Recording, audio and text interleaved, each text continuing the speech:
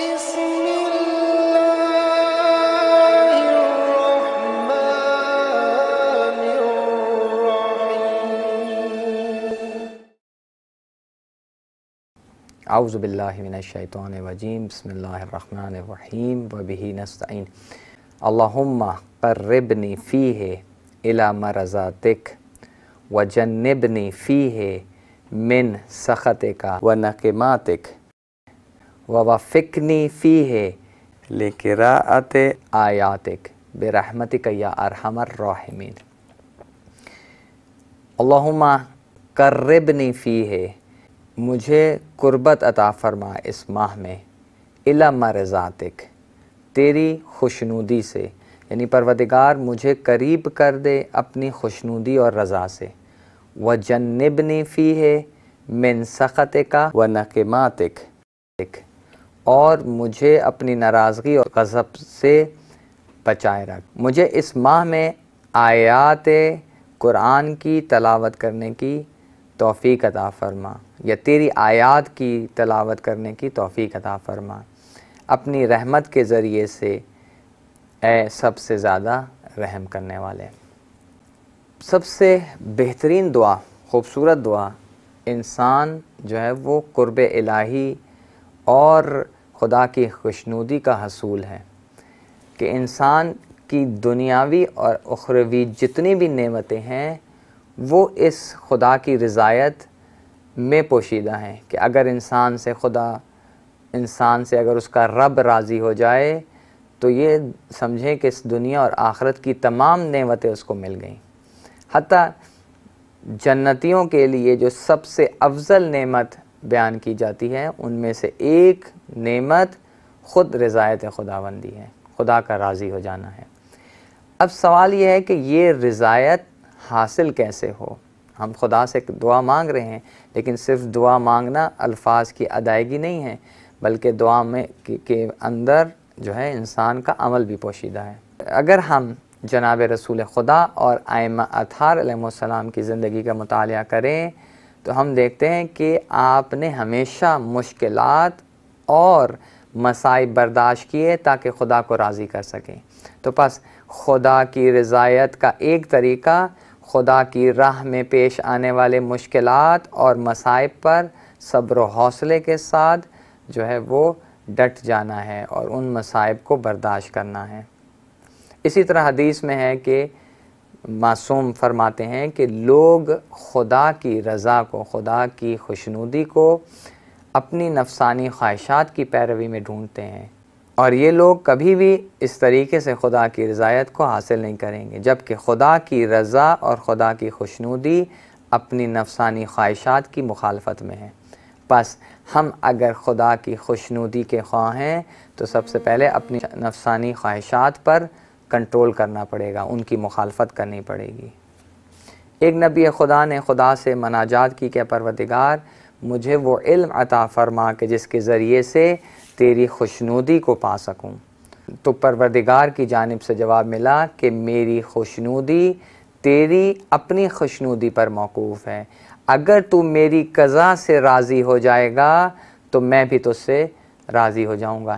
یعنی جو کچھ بھی اے بندے میں نے تیرے لیے لکھا ہے، اگر تو اس میں راضی ہو جاتا ہے تو میں بھی تیری اس حالت سے کہ جس میں تیری رضا ہے، خدا کی رضا کے آگے جو ہے تیری اس خدا کی رضا کے آگے تو سر تسلیم خم ہو گیا ہے، تو مطمئن ہو گیا ہے، تو خدا کو کے آگے تو نے سر جھکا دیا اور کہا کہ خدا جیسے تیری رضا، چاہے اس سالم حالت میں، چاہے اس بیماری کی حالت میں، چاہے امیری کی حالت میں، چاہے فقیری کی حالت میں، چاہے شکم سیری کی حالت میں، چاہے گرسنگی کی حالت میں، جو بھی حالت ہے پروردگار تو نے میرے لیے مہیا کی ہے، اس حالت پر راضی اگر ہو جاؤں تو خدا بھی مجھ سے راضی ہے.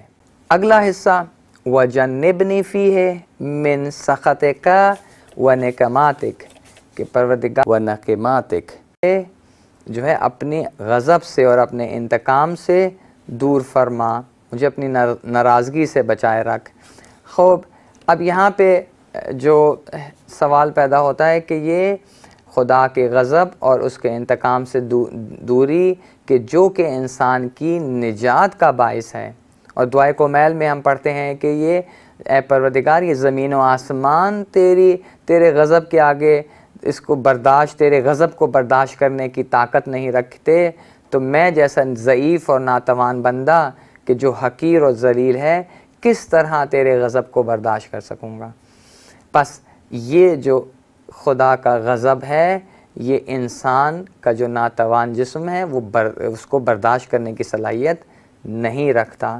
اب اس سے کیسے بچا جائے، اس غضب الہی سے کیسے بچا جائے، تو واضح ہے کہ اگر ہم غضب الہی سے بچنا چاہتے ہیں تو اپنے آپ کو گناہوں سے دور کرنا پڑے گا، اپنے آپ کو خدا کی معصیت سے بچانا پڑے گا، خدا کے اوامر اور نواہی کی مخالفت سے بچنا پڑے گا۔ جی ہاں، اوامر اور نواہی، اوامر جو ہے وہ امر کی جمع ہے اور نواہی نہیں کی جمع ہے، کہ اوامر وہ کام کے جن کا خداوند متعال نے حکم دیا ہے، امر کیا ہے، اور نواہی وہ کام ہے کہ جن سے خدا نے روکا ہے۔ تو ہم اوامر اور نواہی کی مخالفت سے اپنے آپ کو بچائیں گے اور خدا کی مخالفت نہیں کریں گے، یعنی اوامر کی مخالفت ان کو نہ انجام دینا ہے اور نواہی کی مخالفت ان کو انجام دینا ہے۔ تو اگر ہم اپنے آپ کو اوامر و نواہی کی مخالفت سے بچا لیں گے تو ہم خدا کے غضب سے جو ہے وہ بچ جائیں گے۔ پس خدا کے انتقام سے، خدا کے غضب سے، خدا کے خشم سے، خدا کے غصے سے بچنا ہے تو اس کے لیے ہمیں خدا کی اطاعت کرنی ہوگی اور خدا کے بتائے ہوئے راستے پر چلنا ہوگا۔ وَوَفِّقْنِي فِيهِ لِقِرَاءَةِ آیاتک، اور پروردگار مجھے اس ماہ میں توفیق عطا فرما کہ میں تیری آیات کی قرأت کروں، پڑھ سکوں۔ آپ کو معلوم ہے کہ ماہ مبارک رمضان ماہ بہر قرآن ہے، کہ یہاں پر ایک آیت اگر عام حالات میں پڑھا جائے اور اس کا ثواب اس ماہ مبارک میں پڑھا جائے آیات قرآنی کو، تو اس کا ثواب جو ہے وہ کہیں زیادہ ہے۔ کیوں زیادہ ہے؟ کہ اس وقت انسان کا دل آمادہ ہوتا ہے، تیار ہوتا ہے خدا کی بارگاہ میں حاضری دینے کے لیے، اور گناہوں سے بچا ہوا ہوتا ہے، ماحول معنوی ہوتا ہے۔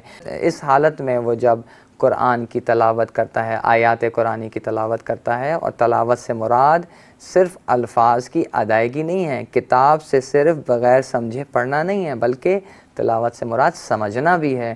تو جب انسان کو جو ہے، کیونکہ ماہ بہر قرآن ہے، تو ایک آیت پڑھتا ہے اور اس کو سمجھتا ہے تو زیادہ بہتر انداز میں سمجھتا ہے، اور اس وقت کیونکہ ماحول مہیا ہوتا ہے تو انسان کا دل آمادہ ہوتا ہے، دل نرم ہوتا ہے، تو انسان زیادہ بہتر انداز میں آیات قرآنی پر عمل پیرا ہوتا ہے۔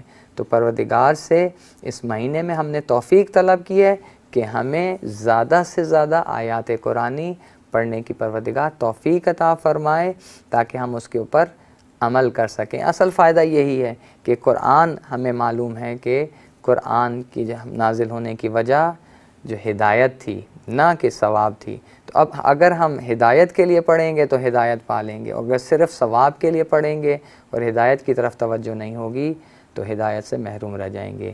برحمتک یا ارحم الراحمین۔ والسلام علیکم ورحمۃ اللہ وبرکاتہ۔